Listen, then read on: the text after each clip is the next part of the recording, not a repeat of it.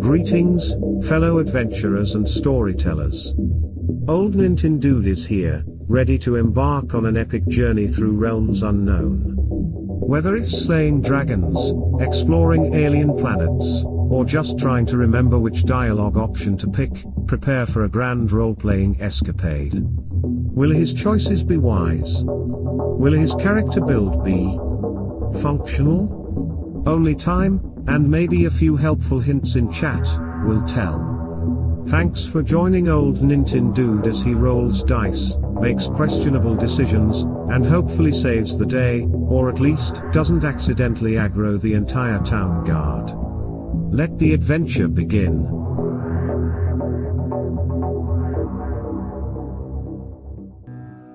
Welcome on in. I'm OldNintenDude.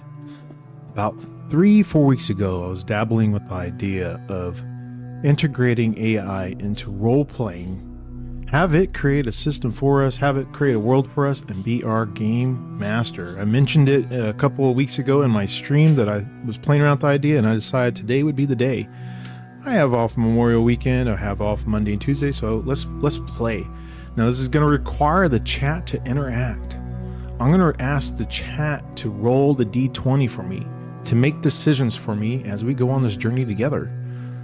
I have in the description the link to Discord for the prompt I'll be using. So let's get started.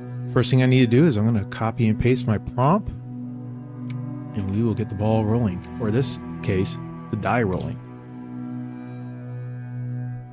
Alright, so we have 5 worlds it's generating for us that we're going to choose from. The first one is Etheria, the Sky Island Archipelago. The world is shattered into countless islands floating high above a swirling, endless cloud sea.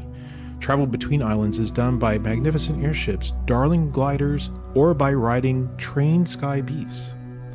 Ancient ruins of forgotten civilization litter the islands, holding a powerful magic and forgotten tech. Resources are scarce, leading to both cooperation and conflict between island and communities. The second world is Fungal Waste, post-apocalyptic world where a mysterious fungal blight has transformed everything. Giant glowing mushrooms dominate the landscape, providing both shelter and danger. Survivors live in scattered makeshift settlements, relying on scavenged parts, tech, and strange fungal resources. Mutated creatures warped by the blight roam the waste. Third world is Clockwork City Cogsworth, a sprawling Victorian-era metropolis powered by intricate gears, steam, and automatons. Magic exists both, but is often viewed with suspicion, as technology is king. Beneath the polished brass and whirling gears, a hidden world of secret and shadows thrives. Eccentric inventors, ruthless industrialists, and clever detectives are common figures. Danny boy, hello. Is this real? This is real. It is definitely real. We're going to play an RPG with AI. The fourth world that we can decide on is Whispering Wilds, a vast ancient forest that seems to have a will of its own. Trees are enormous, some acting as natural fortresses or living temples. Nature spirits, mischievous fae, and colossal beasts roam freely. Human settlements are rare and often in harmony with the forest, though dark forces sometimes stir in the depths. And then Neon Noir, City of Echoes, a cyberpunk dystopia bathed in perpetual neon light and rain. Mega corporations rule, their towering skyscrapers casting long shadows over the grimy cities. Advanced technology, cybernetic enhancements, and virtual reality are commonplace. Hey, Ari. Thanks for coming in. I appreciate that. And the underworld is rife with street gangs, ruthless fixers, and desperate individuals trying to survive. So which world are we going to play, guys? 1, Etheria, the Sky Islands. 2, Fungal Waste. 3, Clockwork City of Cogsworth. 4, Whispering Wilds. Or 5, Neon City of Echoes. I'll let y'all decide. 1 Etheria, Sky Islands. 2 Fungal Wastes. 3 Clockwork City. 4 Whispering Wilds. 5 Neon Noir. I'll give it a couple seconds and then I will roll a dice. 2. All right, Danny boy, we're going for 2. Fungal Wastes. AI, we picked 2. Excellent. Welcome to the Fungal Wastes, a world transformed by mysterious fungal blight. Get ready for an adventure among glowing mushrooms and mutated creatures. Now that our setting is established, let's figure out who we are, or who you are. There are 5 distinct races native to the Fungal Wastes. So we have the Spore King. They're born of ancient fungal spores. They are intimately connected to the blight. Others have tough, slightly glowing skin and can sometimes subtly influence fungal growth. Tend to be quiet and observant, understanding the strange rhythms of the wastes. Some can even release small, harmless spores that act as brief distractions or signals. We have the Scroungers, human survivors who have adapted to the harsh environment. Known for their ingenuity, resourcefulness, and ability to make use of almost anything. Often wear patchwork clothing and armor made from scavenged materials, excellent in finding hidden pathways and understanding old world tech. The Myceliums. They're sentient, bipedal beings with bodies composed of dense, woody fungi. Communicate through low rumbles and gestures, and often taking things literally. Can absorb certain nutrients directly from the soil and decaying matter. 4 Gloom-Striders. Once nomadic desert dwellers, now hardened by the blight's shadow.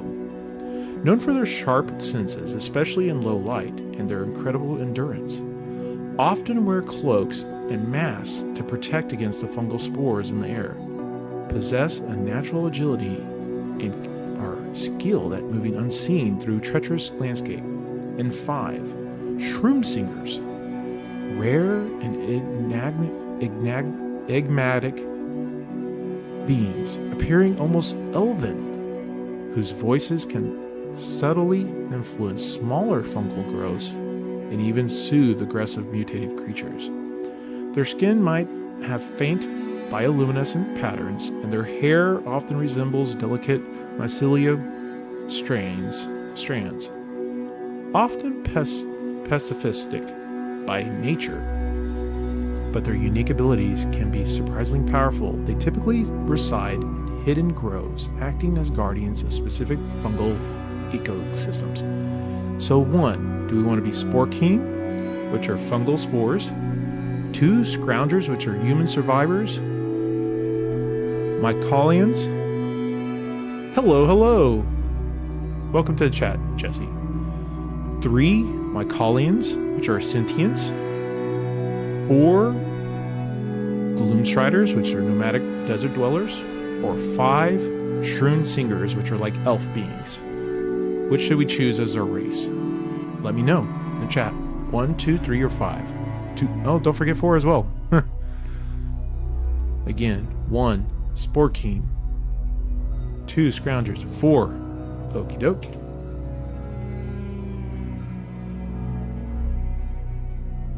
Alright, bear with me just this quick second. I'm going to do something.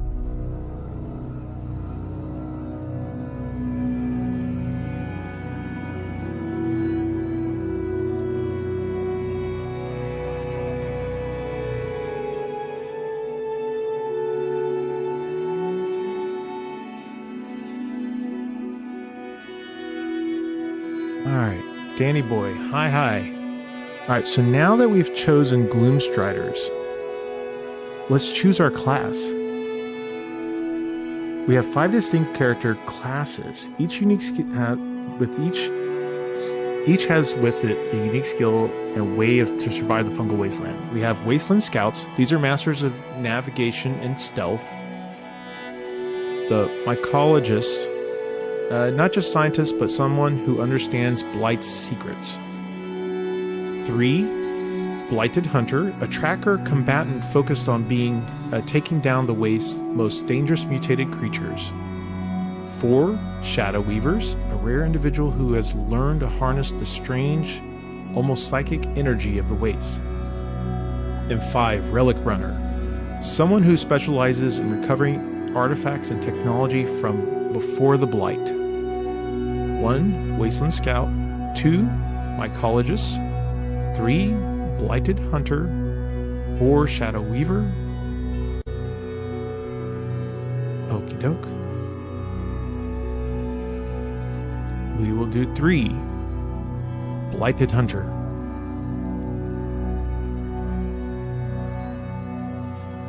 Alright, naming our character. So it's generated us 10 names for our character. Our character is a Gloom-Strider Blighted Hunter.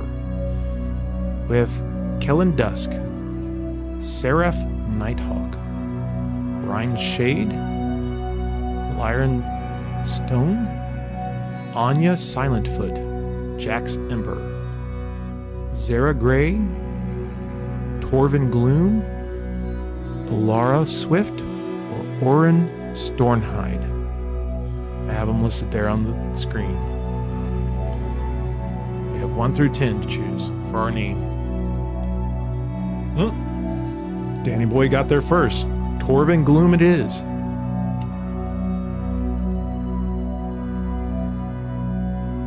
Beautiful. Alright, so Torvin Gloom. Here's our character. Here are your starting stats, attributes, items, skills, weapons, and abilities perfectly suited for a Gloom-Strider Blighted Hunter. You're a tough cookie, Torvin, and ready for whatever the waste throws at you. So it tells you that your strength is pretty high, you have pretty high agility as a Gloom-Strider, your endurance is pretty good to taking a beating and keep going. Perception's sharp, you're practical and know how things work in the waste, but you're not a scholar. And you're more of a lone wolf.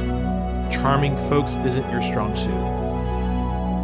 It looks like you can take on a lot of damage with your health points, your stamina, your movement speed is pretty fast. And the AI is supposed to keep track of this. So this is part of the test. We're going to see if AI can keep track of all this stuff. And I'm going to copy all this information. It says we have a machete and a wrist-mounted crossbow as our weapons.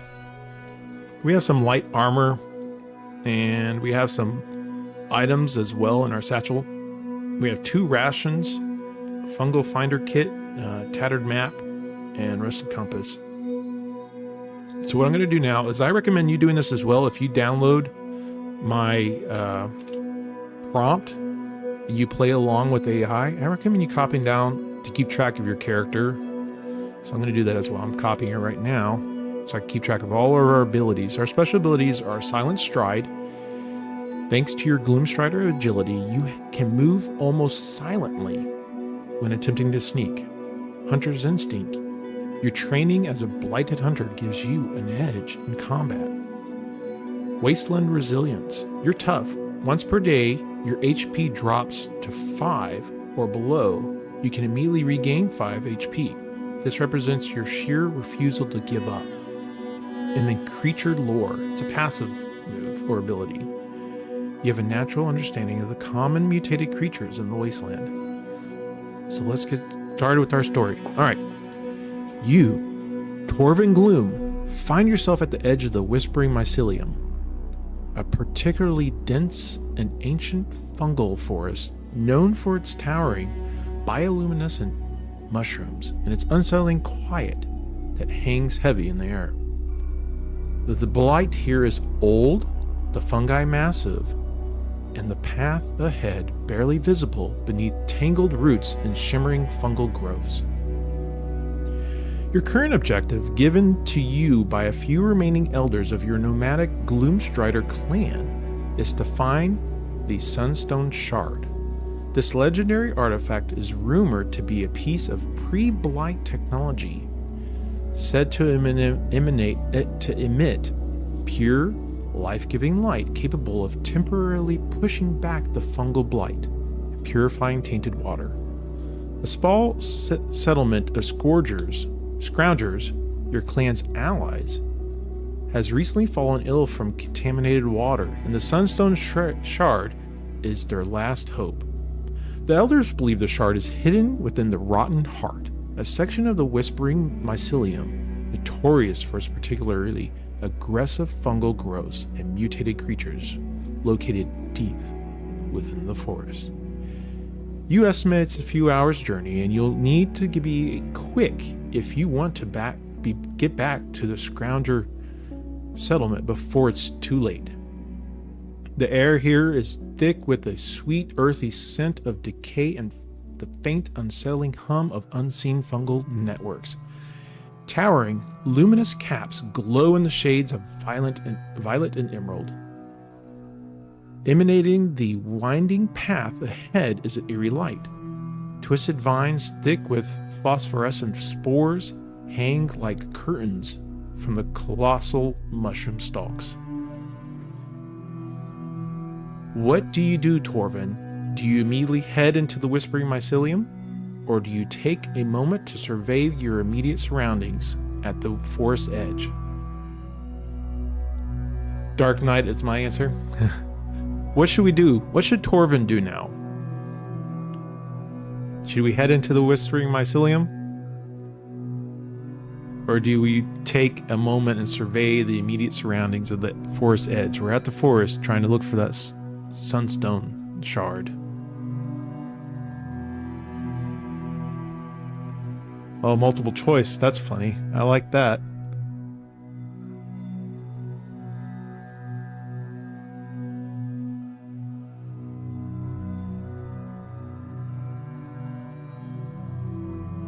Miguel, hello. We're playing a game right now. I'm trying to get going. What should we do? Should we go and head into the forest, or should we survey first?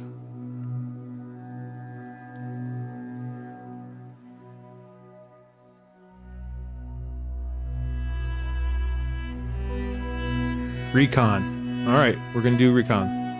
Let's do Recon.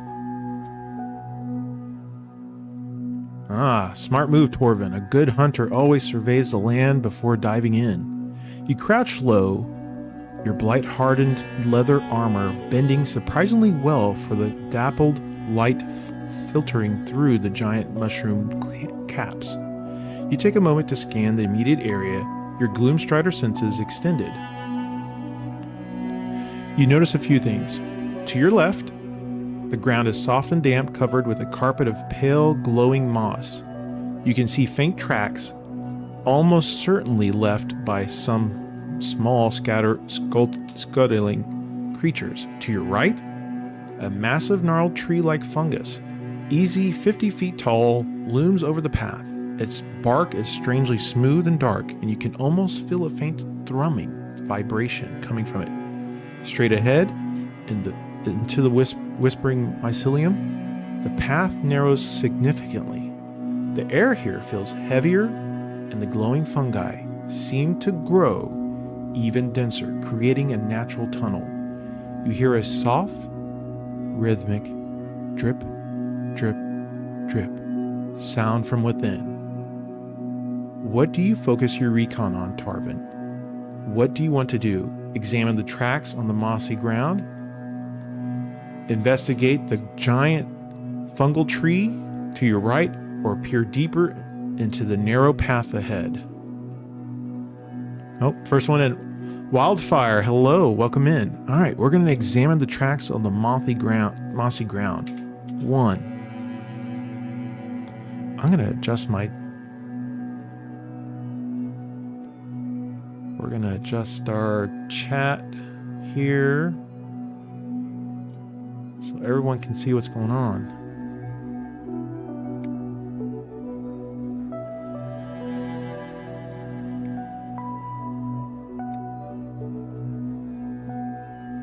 There we go. All right, you decide to examine the faint tracks on the mossy ground to your left.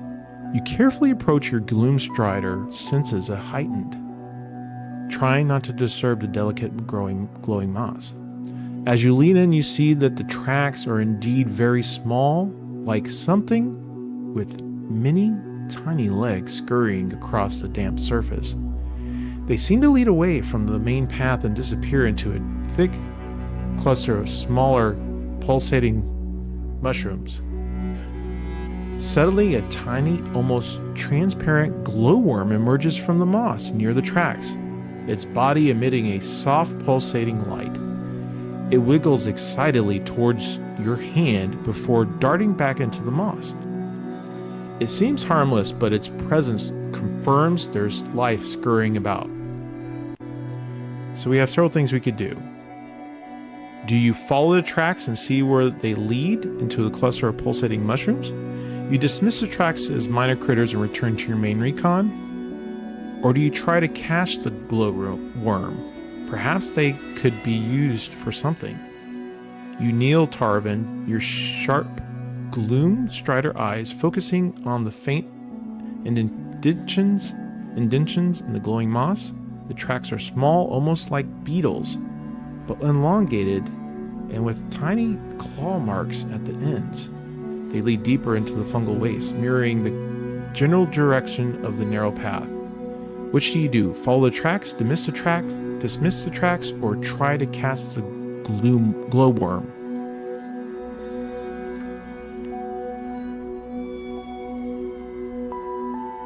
It says now that there are many overlapping tracks suggesting a small group of these creatures, or perhaps they're just very active in the area.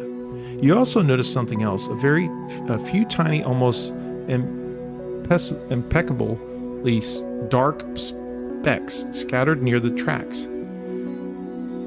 They took the dried fragments of something, possibly chitin or fungal debris. Let's try catching for light. Alright, so we will try to catch the glowworm. Or glow grub. You want to catch one of the glow grubs. Ew. A curious choice, Tarvin. Perhaps you're thinking of bait or just curious about the local fauna. You patiently watch the mossy ground. After a few silent moments, you spot a particularly bright glow grub, about the size of your thumb, slowly scuttling across the moss, its body emitting a soft pulsing light. It's moving away from the narrow path, heading slightly off into the cluster of smaller bioluminescent fungi. To catch it without startling it or anything else nearby, you'll need to dedicate you need a delicate touch and good timing. All right, we're going to be rolling for a dexterity stealth move. Give me a D20 command if you're able to do that. What you'll do is you'll do exclamation D20 in the chat.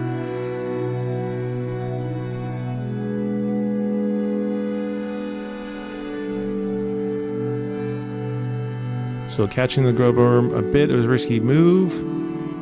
If you're not careful, as you don't want to alert any large ones. Here we go. First command. Okay, you focus your keen Gloom-Strider senses. You recall that glow grubs, while small, can be surprisingly quick when startled, darting back into the fungal undergrowth. Your silent stride ability will certainly help with the approaching unnoticed. Okay, so we got an 11.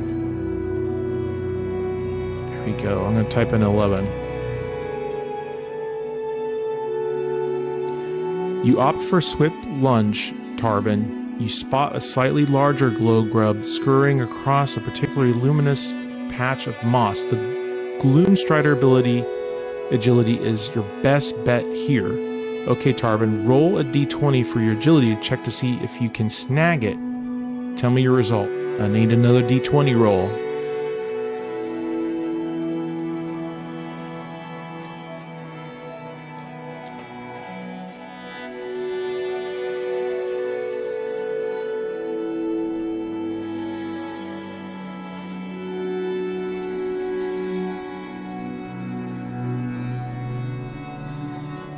We got 12. You lunge forward, a blur of motion, your hand shooting out towards the scurrying glow glub. With the agility roll of 12, you're quick, but the little grub is quicker. Just as your fingers are about to close around it, the glow grub senses your presence. It performs an unexpected, jerky little shimmy, and then pop! It vanishes into a crack beneath the glowing toadstool before you can grasp it. You're left with your hand empty, hovering just above the moss. You didn't make a sound, so you haven't alerted anything else, but your attempt to catch the grub was unsuccessful. What do you do now? Give up on the glow grubs and investigate the giant fungal tree to your right? Proceed directly into the narrow path ahead, deeper into the whispering mycelium? Or try to find another glow grub to catch, perhaps with a different approach? 1. Give up on the glow grub. 2. Proceed directly to the path. 3. We're going to try to find another one. You're persistent, Torvin. You decide to try for another glow grub. You know they're around, and perhaps a different method is in order. Alright. You scan the mossy ground again, your eyes adjusted to the bioluminescent glow. You spot a smaller cluster of glow grubs nibbling on some decaying leaf matter near the base of a smaller, emerald-colored mushroom. They seem less active than the one that you just missed. This time, instead of a direct lunge, you decide to try a more patient approach. You quietly reach into your makeshift satchel and pull out a tiny piece of rations, a crumb of dried fungal jerky. Oh, that sounds gross. No. Okay, whatever. That's the story. You carefully place it a few inches away from the cluster of grubs. That's a mouthful. Hoping to entice one closer to you without startling the others. Now you're waiting. You'll need to be quick, but also very gentle.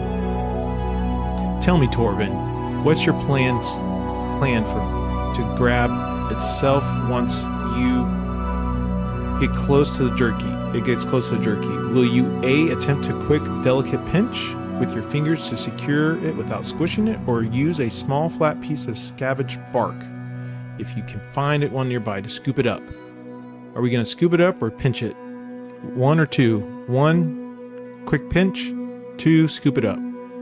Bark. Okay, we're going to try to scoop it up.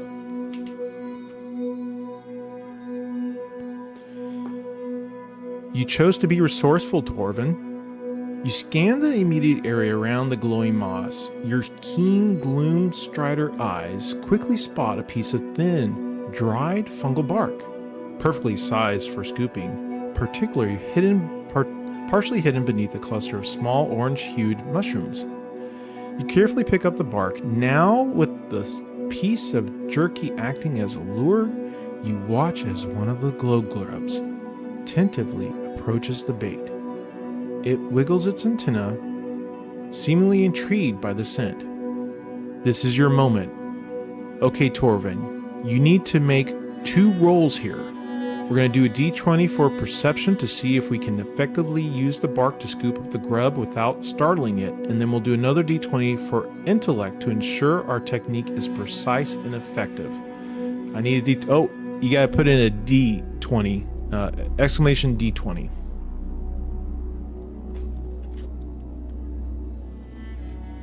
So the first roll is going to be for perception.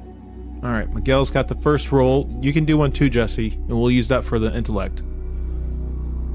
All right. So, Jesse's came in first, so we'll do that as perception. 2, perception.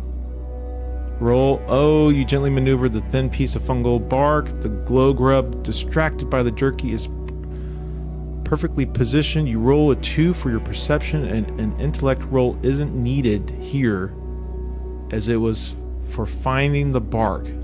But the scoop itself, unfortunately, a roll 2 is quite low. As you attempt to scoop, your hand slips, or perhaps the bark is more brittle than it looks.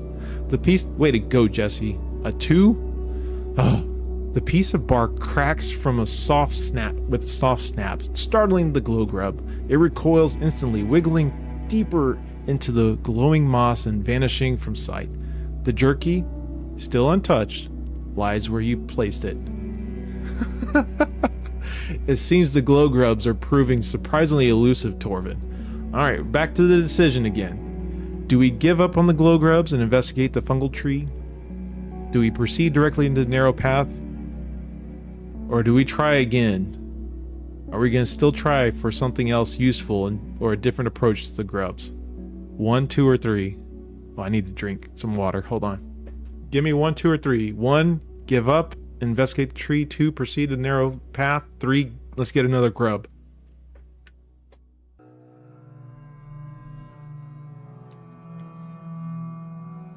Two, okay.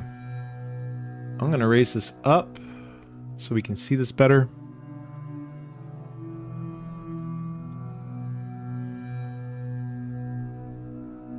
Yes, no. Hey, sir. Or ma'am. Or you. Hey, you. Welcome back. Yes, no. 2, we're going to proceed to the path. I was wondering if that was going to happen or not. Okay, I'm trying to expand this. This is a work in progress. All right, let's go on the path. Here we go. All right, Torvin, after 2 failed attempts to snag a glow grub, you decide to cut your losses. The Sunstone shard isn't going to find itself. You turn your attention to the narrow path leading deeper into the whispering mycelium. Here we go. That's okay, yes, no, I appreciate you coming in. I appreciate it a lot. All right, into the whispering mycelium. Here we go. You cautiously approach the opening. The air here grows even heavier, thick with the scent of damp earth and strange sweet decay. The towering bioluminescent mushrooms caps overhead nearly touch, forming a living canopy that casts the path into an eerie, shimmering twilight. The rhythmic drip, drip, drip sound you heard earlier becomes clearer now. It's water, but not natural rain.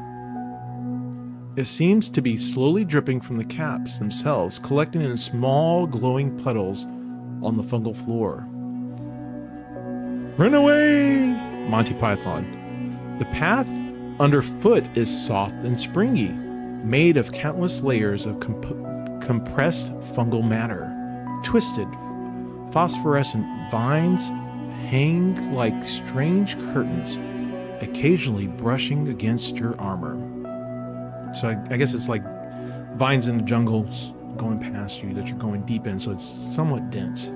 You can hear faint, skittering noises just beyond your sight, and the hum of the fungal network feels almost alive, a low thrumming vibration that you can sense in your very bones. We're doing a role-playing session. We're allowing AI to be our game master, and we're allowing the chat to make the decisions along the way. What's your plan as you entered the strange luminous tunnel, Torvin? Our character's name is Torvin, and we're trying to hunt for a particular item that will help another race survive, because evidently they are getting ill, and we need to find this to help purify the water. It's called the Sandstone Shard. 1, do we move quickly and silently through the path, focusing on making good time? Do we move slowly and carefully, examining the immediate surrounding for any sign of danger or interesting details? Or 3, do we draw our scavenged machete ready for anything that might jump out? No roll, but you're prepared for combat. 1, okay, Miguel, we're going to move quickly and silently through the path. This is going to require an agility roll. All right, you decide to move quickly and silently through the whispering mycelium, Torvin, trusting your Gloom-Strider agility to keep you unnoticed. This is a good call. Speed might be the key to reaching the Sunstone in time for the ailing scroungers. Okay, Torvin, roll a d20 for agility to see how silently and swiftly you can navigate this treacherous path.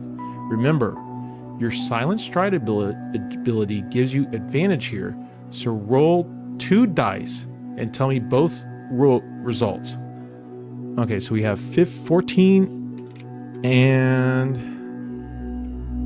Miguel, 5. Kill him in smalls, but I gotta put it in.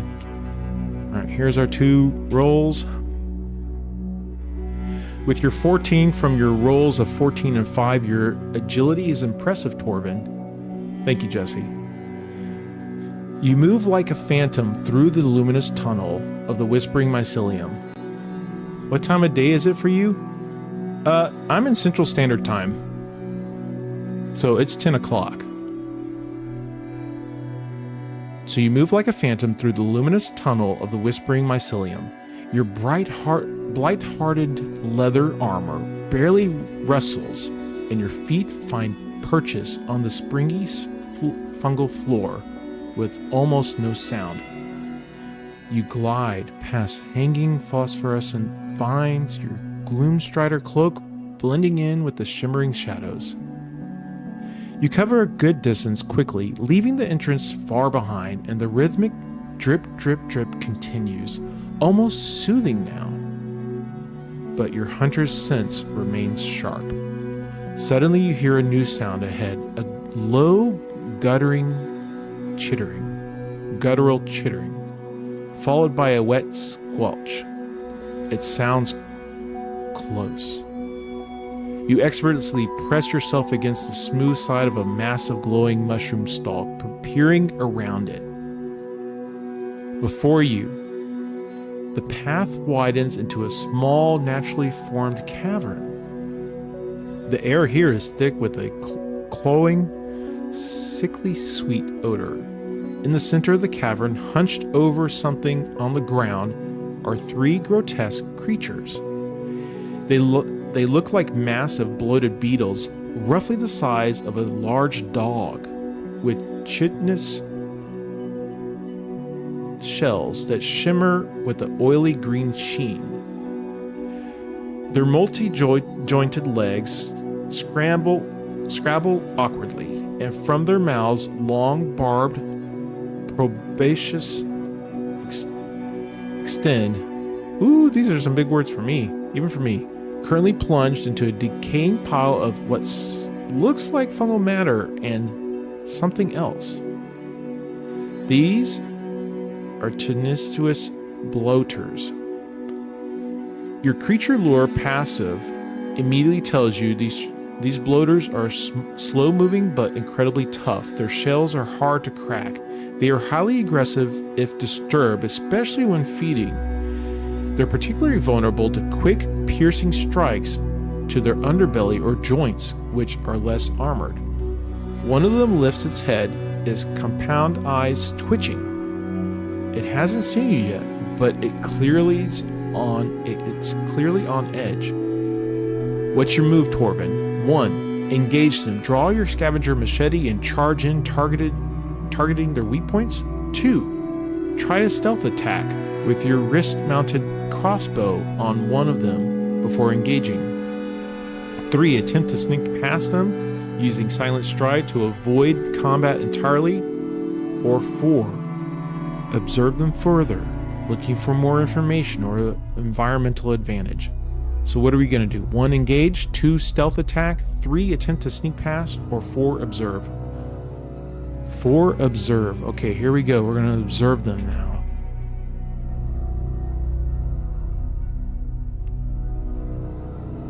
I'm going to have to change out my layout of this so everyone can see what's going on. You know what? We'll just overlay the entirety of it. We'll just do that. Why not? Why not? Alright. A wise choice, Torvin. A true hunter knows when to strike and when to gather more information. You remain pressed against the mushroom stalk, your senses fully engaged, observing the bloaters. Here's what you notice. The bloaters are entirely focused on their disgusting meal. They occasionally joust each other, but their attention is clearly on the decaying mass.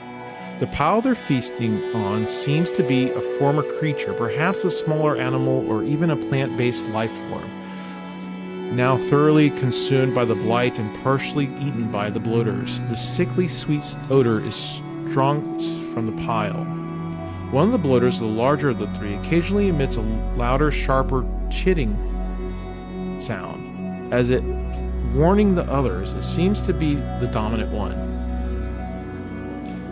I haven't asked any questions yet. Are there any clues? The cavern itself has several exit points. The path you came from, the one directly ahead leading deeper into the mycelium, and a narrow, darker opening to the far right. This third opening seems to be partially obscured by thick, fleshy fungal stalks. What do you want to focus on during your observation? Do you want to identify the decaying matter, look for environmental hazards or advantages, or specifically observe the bloaters' movement patterns? 1. Identify the decaying matter. 2. Look for environmental hazards and advantages. Or 3. Specifically observe the bloaters. 2. Look for environmental hazards and advantages. Here we go. You decide to scan the cavern for anything that might give you an edge, Torvin. Your perception is key here. Roll a d20 for your perception to see what environmental details you can pick up. So I need a d20 now.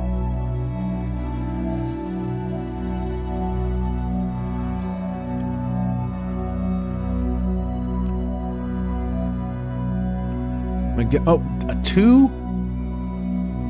You gave me a 5 and now 2, Miguel. Come on. We're going to put that in. You focus your sharp Gloom-Strider eyes on the cavern, searching for anything that could be an advantage. I forgive you.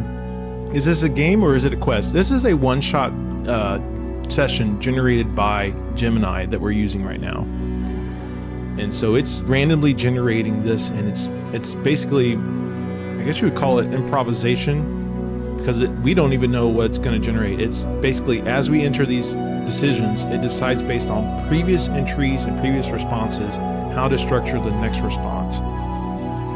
So, because of Miguel, we rolled a 2. With the perception roll of 2, it's tough to make out much beyond the immediate presence of the bloaters.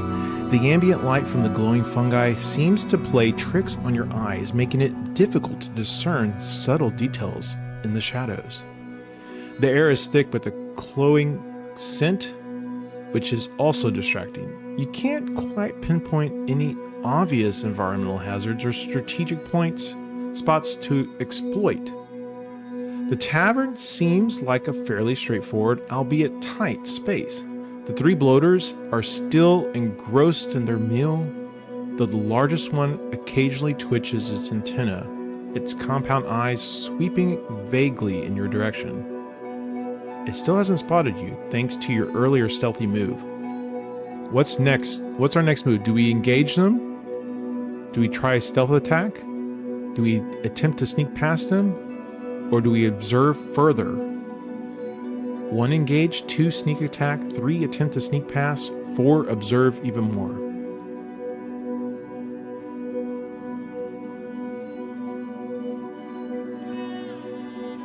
Which should we do? 3 attempt to sneak past them. Alright, JDC, hello, welcome in, my dude. We will do 3. You decide to attempt to sneak past the bloaters, Torvin. Combat with 3 tough creatures, especially when you're on a time-sensitive mission, is something best avoided if possible. Your silent stride ability is perfect for this. You take a deep breath, focusing your Gloom-Strider senses. You plan to use the shadows cast by the giant fungi and the soft give of the fungal floor to your advantage, slipping past the feeding bloaters and heading for the main path deeper in the mycelium. Okay, Torvin, roll a d20 for your agility to see how silently you can move past these grotesque creatures. Remember, your silent stride gives you advantage, so roll 2 dice and tell me both results. You'll use the higher one. Okay, I need 2 d20 rolls. Miguel's got 1. Who's going to roll the other d20?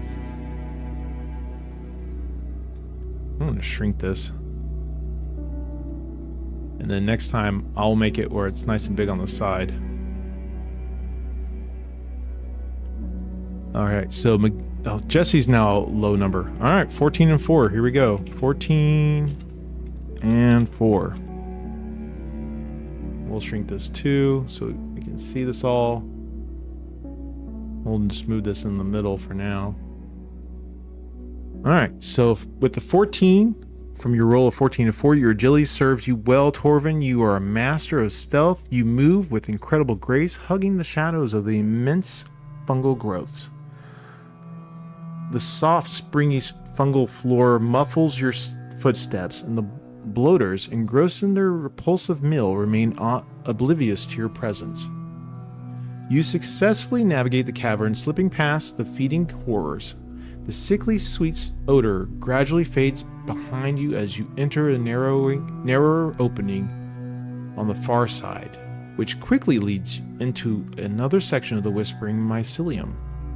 The path ahead seems less dense than before, but the glooming fungi are even more vibrant, casting a dreamlike, almost psychedelic light on your surroundings. The hum of the fungal network here is more pronounced, a low, resonant thrum that seems to vibrate through the ground. You've avoided a tough fight, Torvin, and gained precious time. However, the rotten heart of the Mycelium is still ahead. You're not sure what other danger it might hold. What's your next move as you press deeper into the glowing Mycelium, Torvin? Do you continue moving quickly and silently? Do you slow down and use your perception?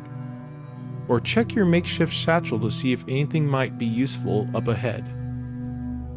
I need 1, 2, or 3. 1, continue moving fast. 3, slow down and use your perception to scan. Or 3, see what else we have that can help us up ahead.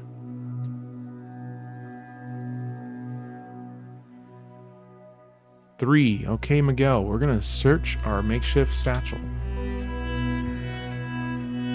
Smart move, Torvin. Even the best hunters need to know their inventory. You pause your advance into the glowing depths of the Mycelium and quickly open your makeshift satchel. Here's what you find inside: 2 rations. Still got your dried fungal jerky and purified water. Good to know you have sustenance. Fungus finder kit. A small tool for checking fungi for toxicity. This could be handy if you encounter new unknown growths. 3 tattered map of fungal waste. This map is still there, showing general safe routes and dangerous areas.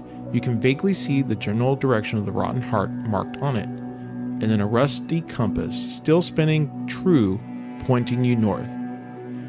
You also quickly check your utility belt.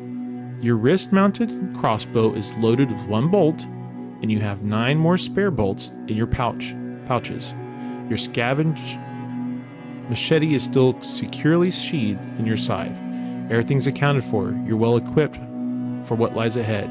As you repack your satchel, the low, resonant thrum of the fungal network intensifies slightly. The air feels heavier, almost electric. You notice the glowing puddles on the ground are more frequent here, some shimmering with iridescent colors. What's your next move, Torvin? 1. Do you quickly move? Do you continue to quickly move and silently? Do you slow down and use your perception? Or try using your fungus finder kit on one of the glowing puddles or nearby iridescent fungi? Which should we do? 1. Continue quickly. 2. Slow down and observe. 3. Okay, we're going to use our fungus finder kit. You decide to put your fungus finder kit to use, Torvin.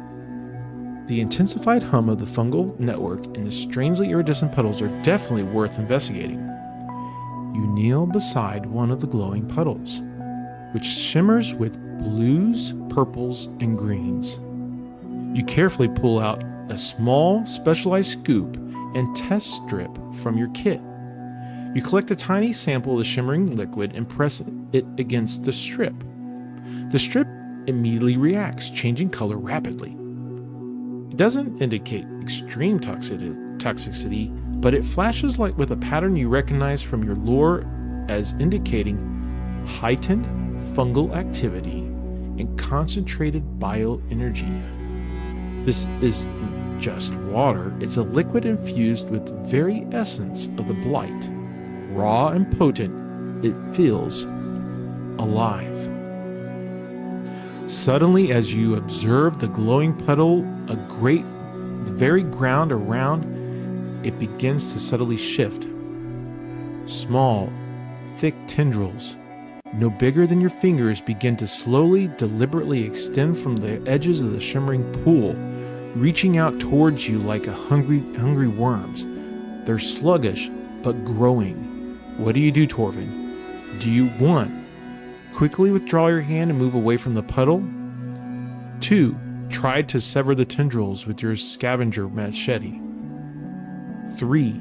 Attempt to scoop a large sample of the liquid for later analysis despite the tendrils. What are we going to do? We're going to quickly withdraw, we're going to try to sever the tendrils, or we're going to try to scoop up a sample. 1. Okay, yes, no. We're going to quickly withdraw our hands and move away from the puddle. Thank you, yes, no. You wisely and quickly withdraw your hand, Torvin, pulling it back just as the first slow-moving tendril reached where your fingers were moments ago. The tendrils quickly continue to extend, albeit sluggishly, searching blindly for something to grasp. The shimmering liquid in the puddle seems to pulse with a faint inner light. This isn't just a simple puddle, it's a small localized manifestation of the blight's raw living energy. It's not immediately aggressive, but it's clearly absorbing nutrients from the surroundings. Good thing you pulled back. You've avoided a sticky situation, but you're still in the vibrant thrumming heart of the fungal section. The path ahead continues to glow with an almost unsettling intensity. What's your next move, Torvin? Do you proceed cautiously down the path? Do you look for an alternate route? Or do you draw your scavenged machete, feeling like something might be lurking close by?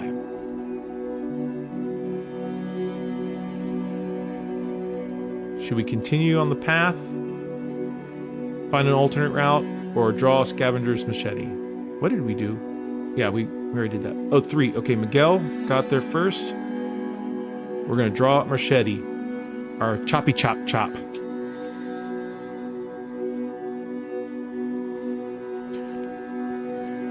Feeling the electric hum in the air and the slight shift in the ground, you decide it's time to be ready. You smoothly draw your scavenged machete, the familiar weight of the blade a comfort in your hand. Its sharpened edge gleams faintly in the bioluminescent light of the fungi. You hold it ready, but not defensively. As you continue to journey, your senses heightened. You press on, the path widening deeper into what feels like the true heart of the whispering Mycelium. The colossal mushrooms here are truly ancient, their caps reaching so high you can barely make out their tops. And their stalks are thick and gnarled, covered in strange glowing patterns that shift and ripple like liquid light. The air is warm and moist, almost humid, and the thrumming of the fungal network is a constant low vibration. The path eventually leads you into a more open area, a vast chamber formed with the intertwined roots and the stalks of several immense fungi. In the center of this chamber, growing out of a pool of iridescent glowing liquids similar to what you just encountered, is a truly colossal bulbous mushroom. It pulses with an inner, soft light, and from its sides, thick, fleshy vines extend, some of which are slowly swaying in the still air. This must be the part of the rotten heart. Suddenly, the ground trembles beneath your feet. The thrumming intensifies, and a low, resonant growl echoes from the chamber, seeming to emanate from the very roots of the giant mushroom. From behind the colossal mushroom, a creature emerges. It's a Gloom-Stalker, a terrifying predator of the waste. It resembles a mutated, overgrown wolf, but its fur is matted with growing fungal growths, and its eyes burn with an eerie phosphorescent green light. Excuse me real quick. Its teeth are elongated and razor sharp, and from its back protrude several thick spore-filled sacs that pulse with a sickly glow. It sniffs the air, its gaze sweeping the chamber, and its glowing eyes lock onto you. It lets out another guttural snarl, twitching its head, ready to pounce. Alright, so your creature lore reminds you that Gloom-Stalkers are incredibly fast and agile, despite their size. Their claws and bites are infused with paralytic fungal toxins, and the spore sacs on their back are their weakness. If it bursts, they are temporarily blind and disoriented stalker. It's clear, Torvin. This is a combat situation. This Gloom-Stalker is eyeing you hungrily, its muscles tensing. What's your first move against the Gloom-Stalker? Do you charge with your machete? Do you attempt a quick shot with your crossbow? Do you try to use silent stride and quickly get behind it and strike? Or do you look around for anything in the environment that you might use to your advantage? 1, charge with machete. 2, use crossbow. 3, oh, Miguel's got the crossbow. Let's do this. So 2, we're going to attempt to shoot the crossbow at its spore sacs before it can close the distance. 2. Alright, you decide a tactical opening, Torvin. Before the Gloom-Stalker can fully launch its attack, you swiftly bring up the wrist-mounted crossbow, aiming for the vulnerable spore sacs on its back. This is a critical first strike. Your wrist-mounted crossbow is loaded with 1 bolt. You've got 9 more if needed. Okay, Torvin, roll a d20 for your attack roll with the crossbow. Remember, you're a blighted hunter with good aim, so I'll give you a small bonus here, he says. So roll a d20. I say, test your results, make a calculated decision, Torvin. Instead of direct charge, you aim for a strategic opening move. You quickly bring out the crossbow, a small weapon clicking as you acquire your target. Your eyes fixed on the pulsating sacs on the back, known as a weakness. Miguel rolls a 17. Here we go. So we roll for the agility to see if we can land a hit. Vulnerable sacs. Remember, your Blight Hunter training makes it proficient. 17 is a good roll, Miguel. Here we go. What do we got? Excellent shot, Torvin. With an agility roll of 17, your bolt flies true. The small, silent bolt from the wrist-mounted crossbow streaks across the chamber, finding its mark squarely in one of the pulsing spore sacs as the Gloom-Stalker's back. There's a wet pop. Okay, I'm not good with sounds. As the sac bursts, releasing a cloud of sickly green spores, the Gloom-Stalker lets out a furious, high-pitched shriek of pain and rage. It stumbles, thrashing its head from side to side, clearly disoriented and partially blinded by the spores. It claws at the air, its movement erratic and uncontrolled. This is exactly what your creature lore predicted. You've got to press a few seconds while it's stunned. The large mutated wolf is now roaring with frustration, still trying to locate you through the hazy cloud of spores it just released. What's your next move against the disoriented Gloom-Stalker? Do you charge with your machete, attempt to reload your crossbow for another shot, or do you use your stealth stride to quickly circle around it and attack it from an unexpected angle? 1 machete, 2 crossbow, 3 get an advantage in position. Alright, Miguel says we should get an advantage in our position. Let's go for it.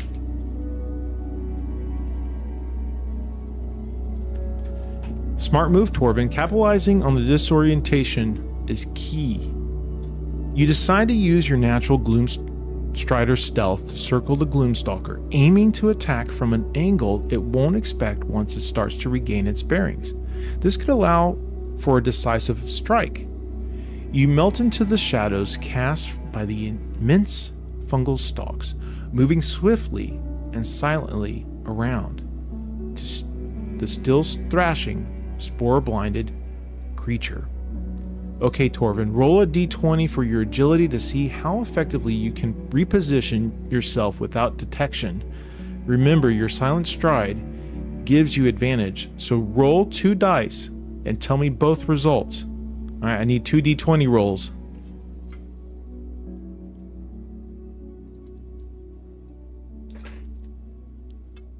Miguel's got the first d20 roll. Does anyone else got a d20 roll?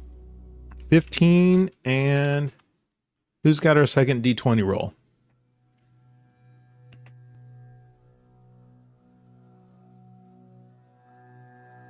Nope, time to hydrate. JDC's got a d20 roll. JDC's got 15, so we got 15 and 15.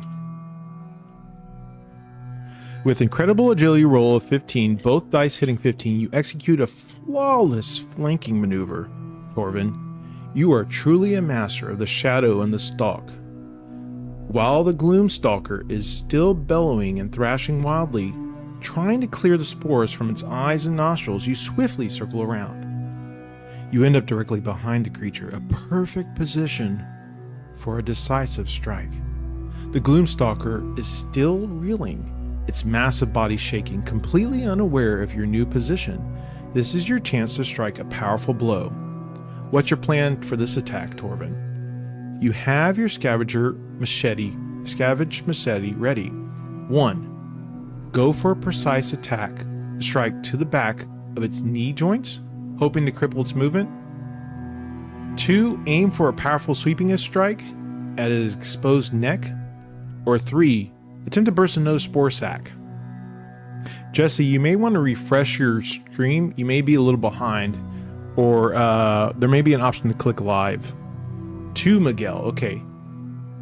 Aim for a powerful sweeping strike at its exposed neck, trying to end the fight quickly. Here we go. Oh dear. Let's do this. You seize the moment, Torvin, raising your scavenge machete high. The Gloom-Stalker is still disoriented, thrashing blindly, its neck exposed as it tries to shake off the spores. This is your chance for a powerful, decisive strike. You bring the machete down in a swift, practiced arch, aiming for its exposed neck. Okay, Torvin, roll a d20 for your strike to see if you can land a debilitating blow. Remember, you also have your Hunter's Instincts ability, which lets you gain advantage on 1 melee attack per combat encountered by spending 2 SP. Do you want to use it now? Do we want to use 2 of our SP? We have 10 total. That can help us with this.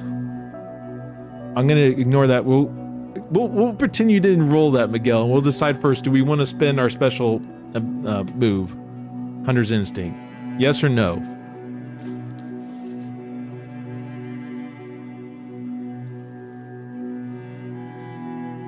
Give me a yes or a no on us using our special ability before we roll the d20. Okay, good. Okay, let's spend the 2 SP for the ability. If I can spell ability. Ability. Excellent choice, Torvin. You activate your Hunter's Instinct, focusing all your training and primal tracking skills in this single crucial blow. The wild energy of the waste seems to hum around you, guiding your blade. You spend 2 SP to use your ability.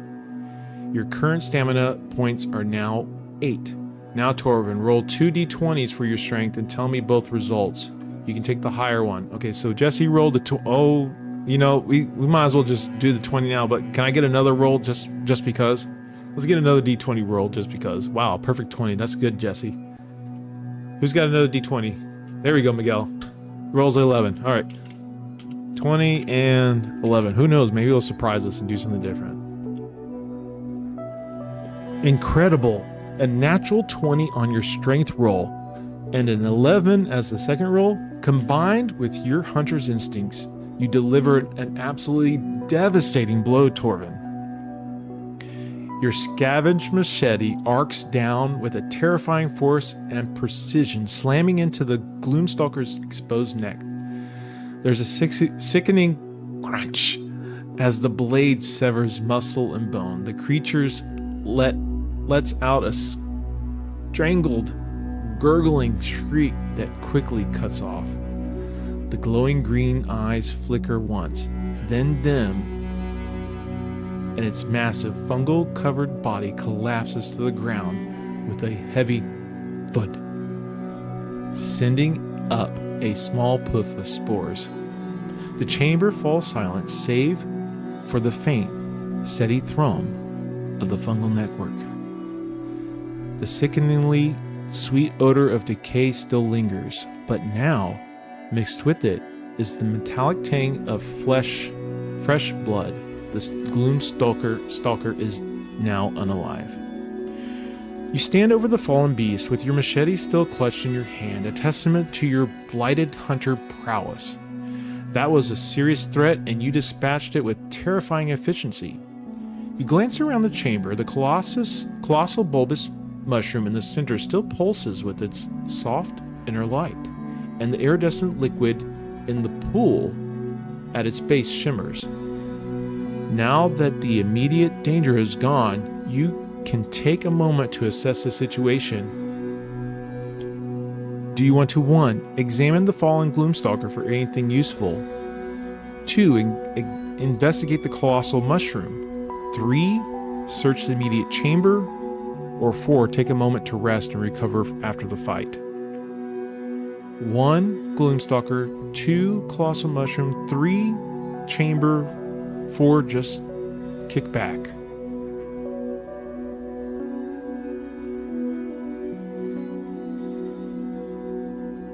Which one are we going to do? 1. Okay, Miguel, we are going to look at the Gloom-Stalker that we just slayed.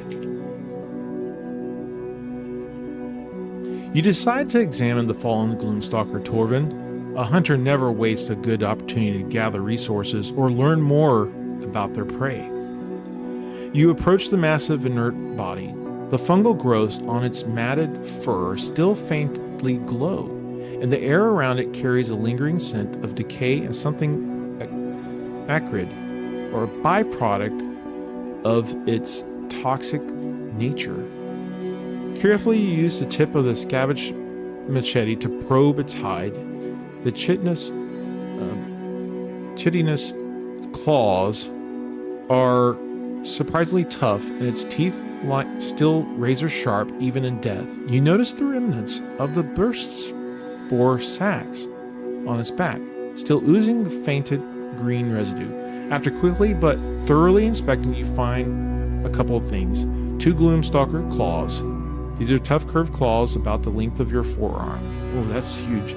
They're sharp and hardened, and while not suitable as a weapon on their own, a skilled artisan could perhaps fashion them into something useful. They feel incredibly durable. 1 intact spore sac. That is gross. You're collecting the spore sac off its back. We're going to move on. I'm not going to look at that. That's gross. Alright, you quickly stow the claws and the intact spore sac into your makeshift satchel. They might come in handy.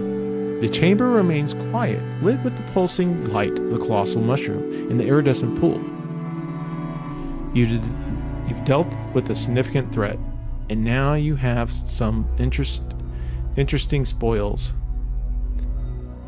What's your next move, Torvin? Investigate the colossal mushroom, search the chamber for exits or hidden paths, or 3, take a moment to rest.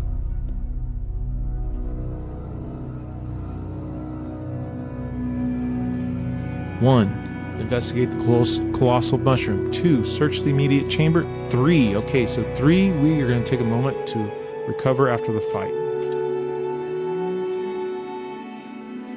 You decide to scout...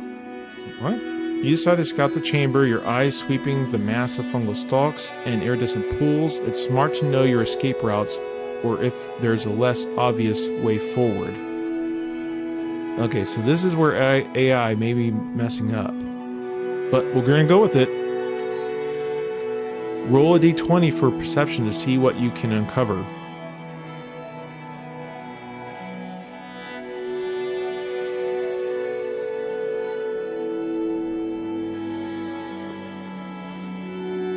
That's pretty funny.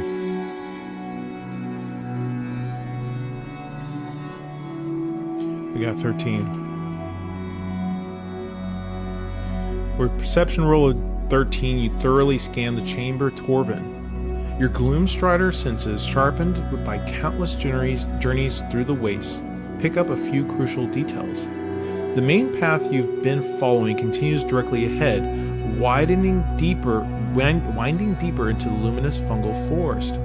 This is likely the most direct route to the Rotten Heart. However, to your far right, partially obscured by those thick fleshy fungal stalks you noticed earlier, you find a hidden crevice. It's narrow and almost completely shallowed by the surrounding growth, but you detect a faint cooler draft coming from it, indicating it leads somewhere else. It's a path less traveled, potentially hiding dangers or shortcuts. You also notice that the immense bulbous mushroom in the center, which seems to be the heart of this particular chamber, has severely thick root-like tendrils that plunge directly into the iridescent pool. The pool itself subtly pulses, and the air around it feels unusually warm. There's nothing immediately obvious to interact with, but this is a significant focal point of this chamber. You've got your bearings now. What's your next move, Torvin? Do you continue along the main path? Do you attempt to squeeze to the hidden crevice? Or do you investigate the colossal mushroom in the iridescent pool? 1. Continue on the main path. 2. Attempt to squeeze through the hidden crevice. Or 3. Investigate the colossal mushroom. What are we doing? 2. We're gonna squeeze into that hidden crevice. You decide to brave the hidden crevice, Torvin. A less traveled path often holds unexpected rewards or challenges. You approach the narrow opening, obscured by thick, fleshly fungal stalks. The cool draft suggests it might be a quick way through, or perhaps to a different part of the Rotten Heart entirely. You can see that it's a tight squeeze, requiring you to contort your body and push past the springy, somewhat sticky fungal growths.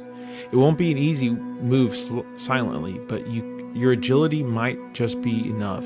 Okay, Torvin, roll a d20 for your agility to see if you can squeeze through the crevice.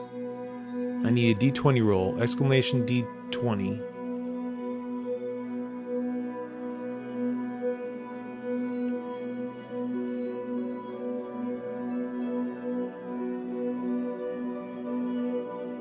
Miguel's got the roll.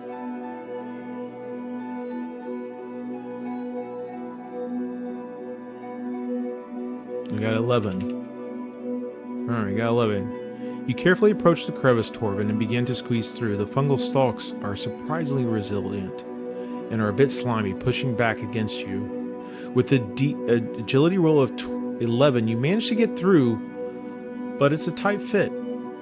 You have to push and grunt a little, and the thick, fleshy stalks rub against your armor, making a soft, squelching sound. You definitely aren't moving silently, but you do make it to the other side. The crevice opens in a small circular chamber lit by a single enormous pulsating bioluminescent orb, that is a mouthful, hanging from the ceiling like a grotesque chandelier.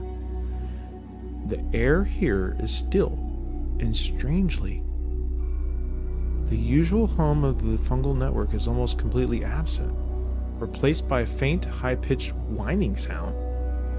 In the center of the chamber, beneath the orb, sits an object. It's difficult to make out precisely, but it looks like a large crystalline shard embedded in a pedestal of putrefied fungus.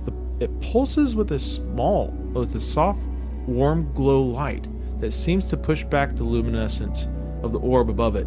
It must be the Sunstone shard. You found it! However, your entrance wasn't exactly silent. As you fully emerge from the crevice, the whining sound of the chamber abruptly stops. The large orb above you stops pulsating. Then from the shadows on the far side of the chamber, 3 figures emerge. They are Fungal Guardians, hulking humanoid forms made entirely of a dense, glowing fungi. They move slowly but deliberately, their heads turning towards you with a soft grinding noise. They don't have eyes, but they clearly sense your presence. They begin to shuffle towards the Sunstone shard, seemingly intent on protecting it or perhaps something else.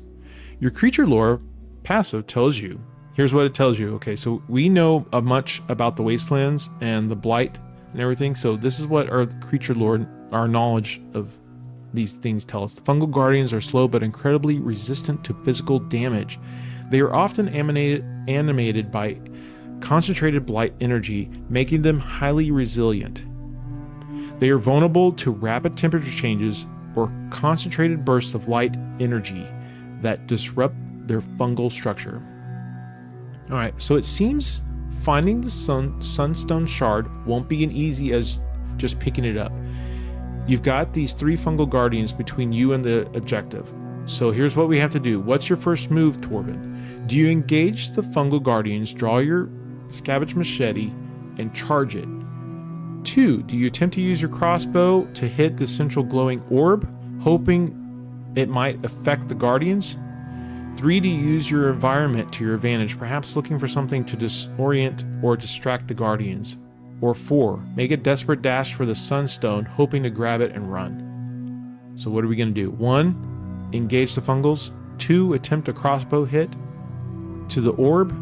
3, try to use our environment. 3, try to use our environment to our advantage, perhaps looking for something to disorient or distract the Guardians. Here we go, Miguel. We're going with 3.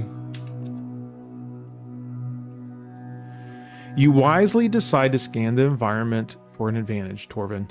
Fighting 3 resilient Fungal Guardians head on sounds like a tough battle. Your eyes quickly sweep the circular chamber, taking in the single enormous pulsating orb above and petrified fungal pedestal holding the shard. You notice a few things. First, the pulsating orb overhead is the chamber's sole light source, bathing everything in an eerie soft glow. It seems connected to the chamber's strange energy.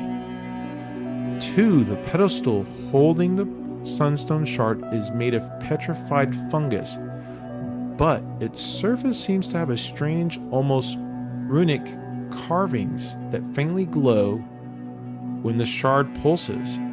3, around the edges of the chamber, particularly near where the Guardians emerged, are several patches of dense, dark fungal spores clinging to the walls.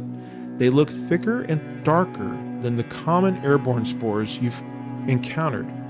What do you want to focus your environmental advantage on? Do you want to attempt to dislodge or affect the pulsing orb above, hoping it will disrupt the Guardians?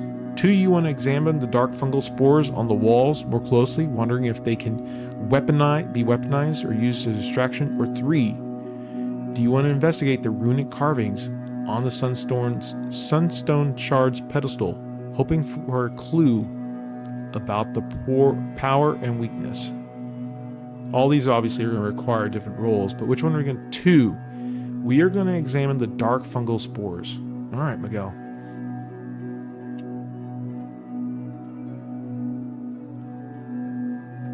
You decide to examine the dark fungal spores clinging to the chamber walls, Torvin. Your instincts as a blighted hunter tell you that if something looks out of place in the waste, it's worth investigating. You curiously approach the patch of dark spores, taking care to keep an eye on the 3 slow-moving Fungal Guardians, who are steadily shuffling closer to the stone shard, their path directly between you and your objective. Let's roll a d20 for your perception to see what you can discern about these mysterious spores. JDC rolls a 14. Will that be enough? With a perception roll of 14, your sharp Gloom-Strider senses immediately pick up something crucial about the dark fungal spores. These aren't just regular spores. They're slightly denser, and you notice a faint, almost imperceptible shimmer within them, like tiny contained sparks. Your creature lore kicks in. These are ignis spores, a rare, unstable variant of fungal growth. They're highly volatile and reactive. A sudden impact, a burst of energy, or even a strong localized heat source can cause them to detonate into a flash of intense, brief heat and light. This is the perfect counter for the Fungal Guardians' vulnerability to rapid temperature changes or concentrated bursts of light and energy. The Guardians continue their slow, relentless shuffle towards the Sunstone shard. They are now roughly halfway across the chamber, their large fungal bodies casting eerie shadows in the pulsating light. What's your next move, Torvin? Use your wrist crossbow to shoot one of the ignis spores patches on the wall, aiming for a controlled explosion. 2, dash towards the ignis spores and try to collect some in your hands and hoping to throw them. Or 3, attempt a bold maneuver. Try to lure one or more guardians close to the ignis patch before triggering it. What should we go for? Use a crossbow to shoot one, dash to try to collect one, or a bold maneuver, try to get the guardians close by before triggering it.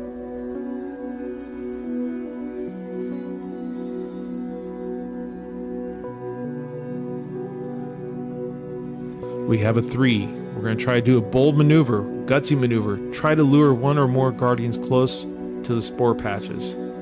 Here we go.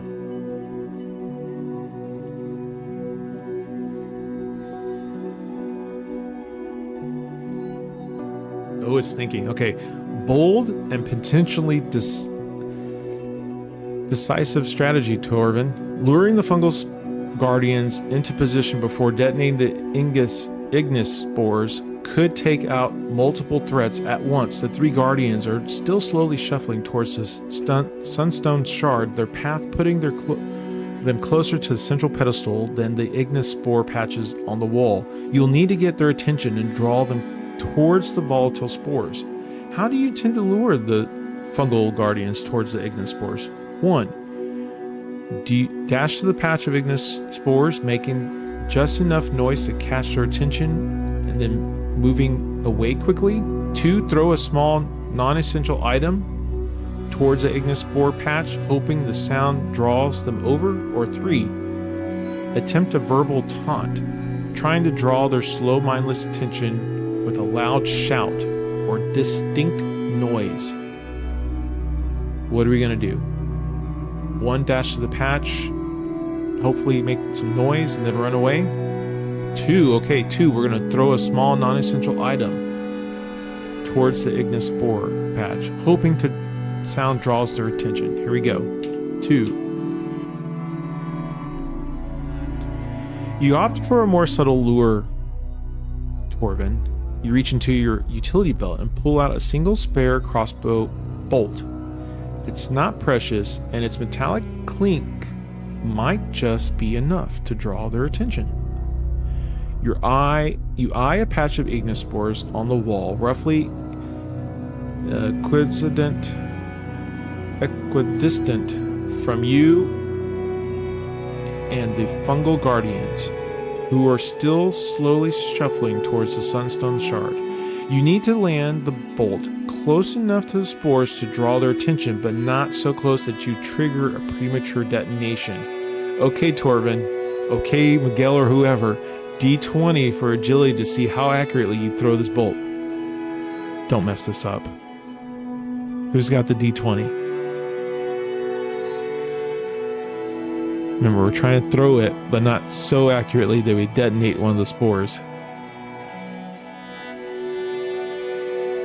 Miguel's got the D20. It's a 20. Oh, here we go. Amazing, Torvin. A natural 20 on your ability roll. Your precision is unbelievable. You flick the spare crossbow bolt with a practiced snap of your wrist. Boing! It flies silently across the chamber, not quite hitting the Ignis spores directly, but landing with a faint metallic clink just beside the patch of the wall. The sound, subtle as it is, resonates perfectly in the quiet chamber. All three Fungal Guardians immediately halt their slow advance towards the Sunstone shard. Their head-like growths slowly turn, sensing the noise. Then, with their typical slow, deliberate shuffle, they begin to veer off their path, gravitating towards the source of the sound, the crossbow bolt, and the tempting Ignis spore right next to it. They are now moving into perfect position for your trap. You quickly draw your wrist-mounted crossbow and ready a fresh bolt. This is it. They are almost within optimal range of volatile spores. What's your plan to trigger the Ignis spores now that the Fungal Guardians are gathering around them? Do you fire a wrist-mounted crossbow bolt into the patch of the fungus, aiming for the explosion? Do you dash closer to Ignis spores before firing, ensuring a direct hit? So do you get closer? Or 2, do you look another way to trigger the spores besides your crossbow? 1, fire your crossbow now. 2, get closer to have a better aim. Or 3, look around for another way to trigger the spores.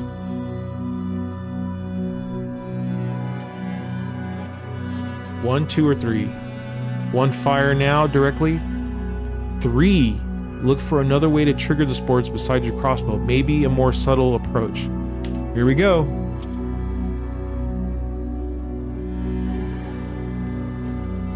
You decide to hold your crossbow bolt for a moment and instead sweep the immediate area around the Ignis spores, searching for an alternative way to trigger them. Perhaps there's a more creative or less direct method than the crossbow bolt. The 3 Fungal Guardians are now very close to the wall patch of Ignis spores, having been lured by your thrown bolt. They are slowly turning, their fungal bodies slightly brushing against the wall, but they haven't detected your exact location yet. The air around them feels thick and humid. Okay, Torvin, roll a d20 for your perception to see if you can spot a clever way to detonate those spores. We need a d20 for perception.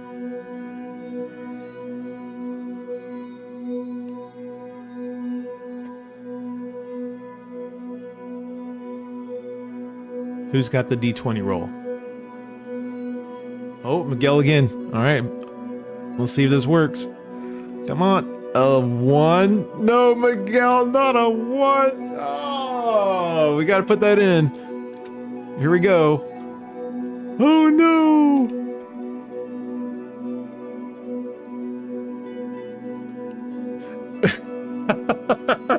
No. All right, you sweep the area around the Ignis spores with intense focus, Torvin, but your perception roll 1 means your search yields nothing helpful. The pulsating light from the main orb and the shadows cast by the Guardians seem to play tricks on your eyes. You can't spot any subtle environmental triggers or clever devices. It seems your crossbow is still most reliable, if not the only way to detonate these volatile spores. The 3 Fungal Guardians are now gathering tightly around the patch of Ignis spores on the wall, their dense fungal bodies almost touching. They're still slow, still turning their featureless heads as try to locate you, but they are perfectly positioned. The air around them feels heavy and humid. You have a brief window before you might shuffle away. They might shuffle away and finally pinpoint your location. Here we go. What's your next move? Fire your crossbow directly at the patch of Ignis spores, aiming, or abandon the Ignis spores plan and quickly draw the scavenge machete to engage the Guardians in melee. What are we going to do? 1 fire, 2 melee attack. All right. JDC says 1. Here we go. Let's do it. All right, Torvin, time to put that plan into action. You aim your wrist-mounted crossbow, the small weapon steady in your hand. Your target is clear. The patch of Ignis spores on the wall, now surrounded by the Oblivious Fungal Guardians. This is it. Roll a d20 for agility to see if you can hit the ignis spores and trigger the explosion. You're scared to choose? Alright, I need a d20 to see how accurate we can hit.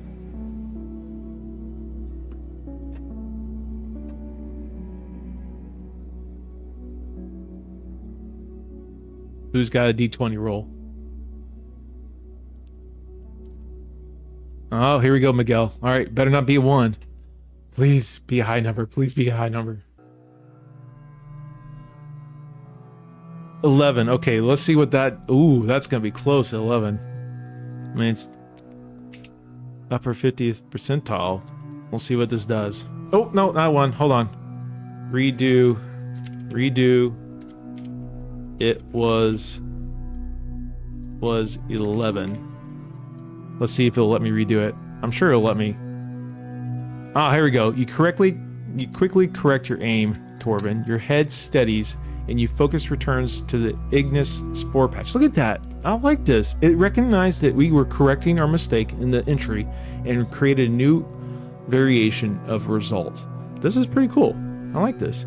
With the agility roll of 11, your aim is true enough. The bolt from the wrist-mounted crossbow hits the wall directly into the patch of ignis spores.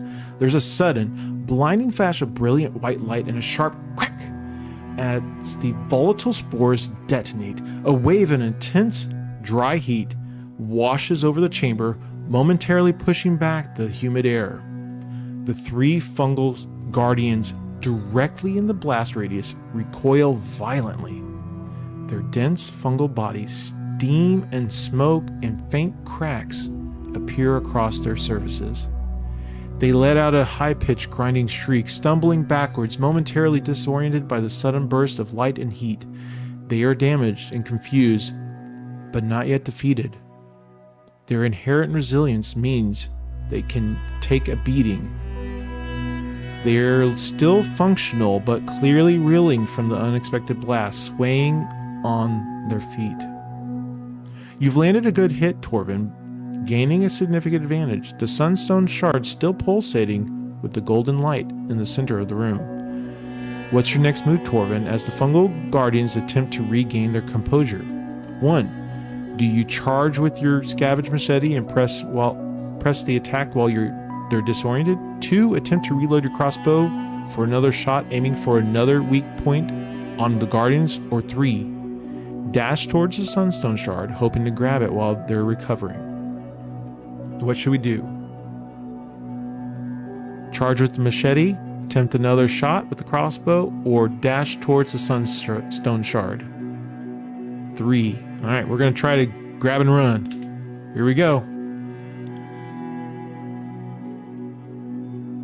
You decide to go for it, Torvin. This is your primary objective, and with the Fungal Guardians dazed from the ignis spores blast, it's the perfect window. You decide to make a desperate dash for the Sunstone shard. You sprint forward, your scavenge machete still gripped in your hand, your eyes fixed on the golden pulsing light of the shard. The Guardians are still swaying, groaning and cracking faintly as they try to shake off the effects of the explosion. Okay, Torvin, this is a race against their recovery. Roll a d20 for your agility to see if you can reach the Sunstone shard before they fully react.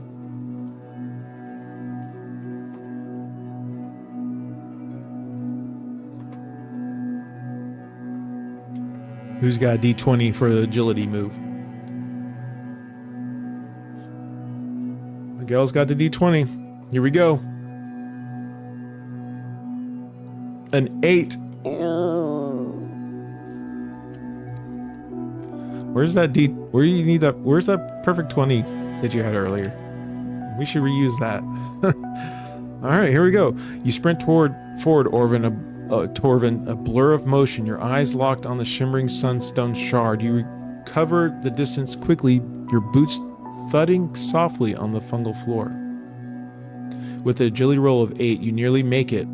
You reach out, your fingers just inches from the glowing shard, but that exact moment, the closest fungal guardian lets out a grinding groan as it shakes off the last of its disorientation. It lunges, not quite intercepting you, but forcing you to twist sharply, throwing your hand off balance. Why? Right, Miguel? You manage to grasp the Sunstone shard, but the momentum of your dash and the Guardian's lunge sends you stumbling. The shard glows brightly in your hand, humming with an almost overwhelming energy. You now hold the Sunstone shard, but there are three Fungal Guardians. But the three Fungal Guardians are no longer dazed. They turn their full attention to you, their fungal bodies pulsating with a renewed sickly green light. They begin to shuffle forward, closing in from different directions, clearly enraged that you've taken their guarded relic. You have the shard, but you're concerned, and the Guardians are moving in for the attack. What do you do, Torvin? Do you engage the Fungal Guardians in combat while holding the Sunstone using your machete? 2, do you attempt to use the Sunstone shard itself against the Guardians despite not knowing how it works? Or 3, make a desperate break for the crevice you entered through, trying to escape with the shard. Okay, so 1, we're going to engage with the machete. 2, we're going to attempt to use the shard even though we don't know what it does. Or 3, we're going to just try to get through the crevice and make a break out of here.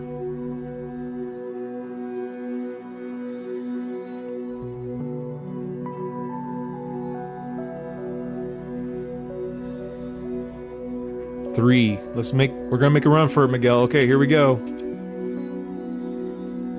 Oi! This is gonna be crazy.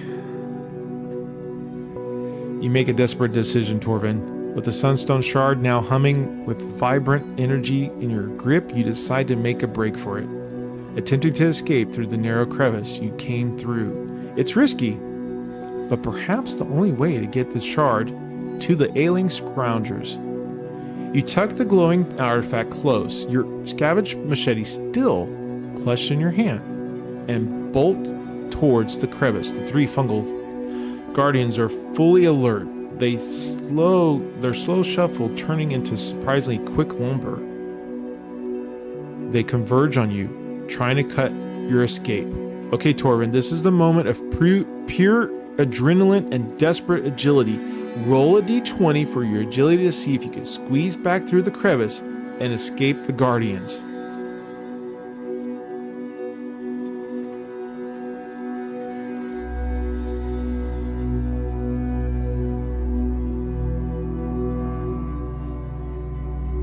This is crazy. Oh, Miguel, going for again. Okay, you can redeem yourself this time. Let's do this.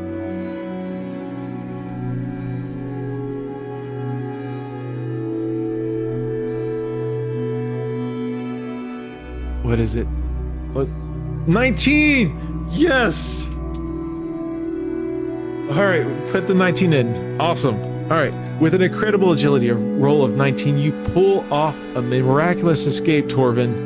Clutching the near intensely glowing Sunstone shard to your chest, you hurl yourself towards the narrow crevice. The three Fungal Guardians lunge, their fungal claws scraping against the rock and fungal stalks.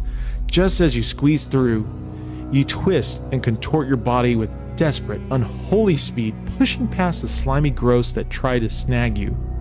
The Guardians let out an enraged, grinding groans, their forms too large and slow to follow you into the tight opening. You burst out the other side, gasping for breath, back into the familiar yet still eerie paths of the whispering Mycelium.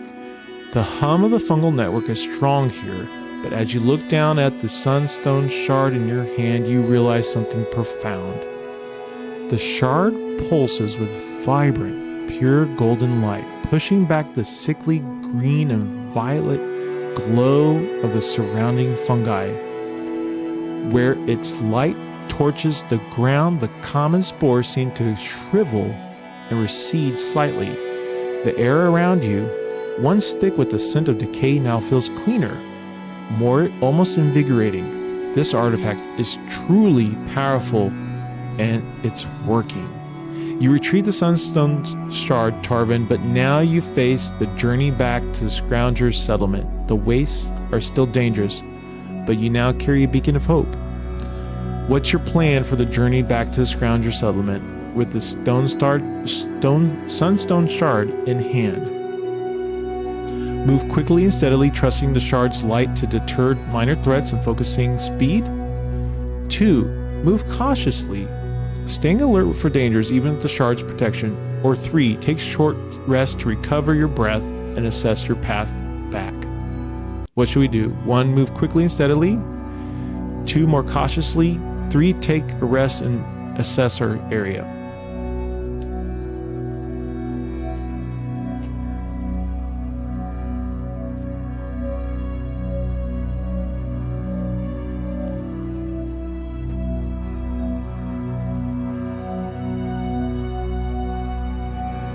One, move quickly. Here we go. You decide to press on quickly, Torvin, trusting the Sunstone shard's radiant light to offer some protection as you trace your steps towards the fungal waste. Every second counts for the ailing Scroungers. As you move, the shard pulses steadily in your hand, the golden glow casting along, dancing shadows and pushing back the oppressive gloom. Smaller, less aggressive fungal growths seem to shrivel and recede from its pure light. The usual skidding noises of the waste are notably absent in the immediate vicinity. You feel a surge of renewed energy with each pulse of the shard, its life-giving warmth flowing through you. You manage to move a rapid pace, your Gloom-Strider endurance serving you well.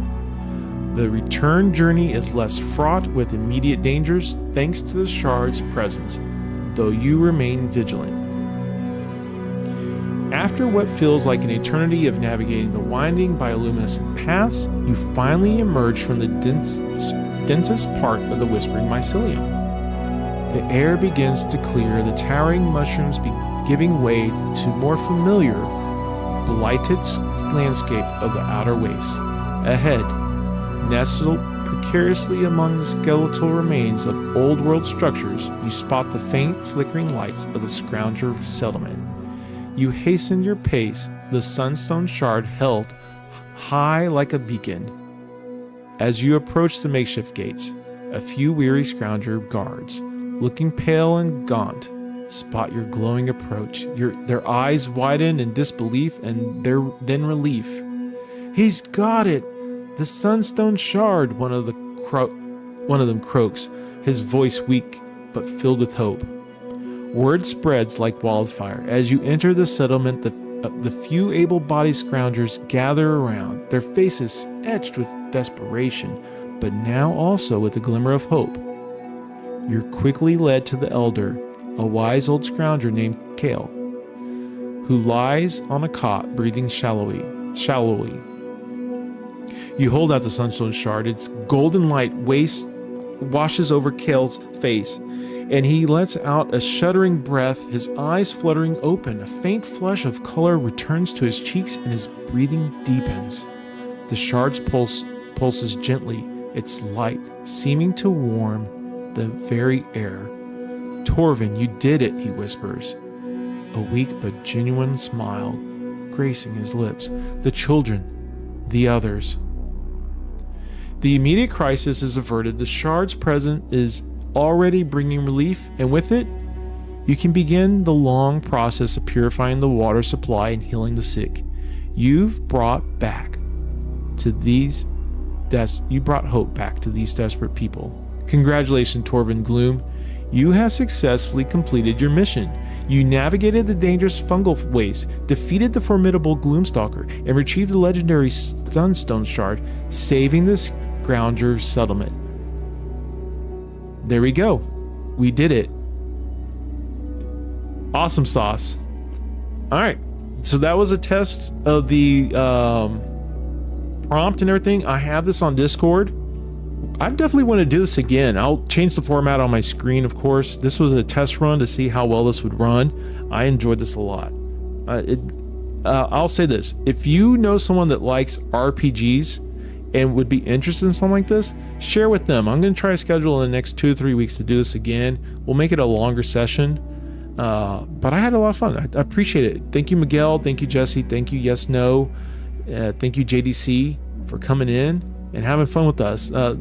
It's amazing right now. I'm using the free version of Gemini. I can't imagine what we would get out of this if we had the paid version. This was pretty awesome itself. Maybe we could try ChatGPT or maybe Grok next. I don't know. We'll see what we can do, but I enjoy this. I'll definitely change the layout so we can see each other's text messages better on both horizontal and vertical view. Thank you. Until then, keep it clean, keep it fun, challenge yourself to do and be better. Take care and have a great weekend. If you're in the United States, enjoy Memorial Day. Remember those that have fought for our freedoms, and have a good night.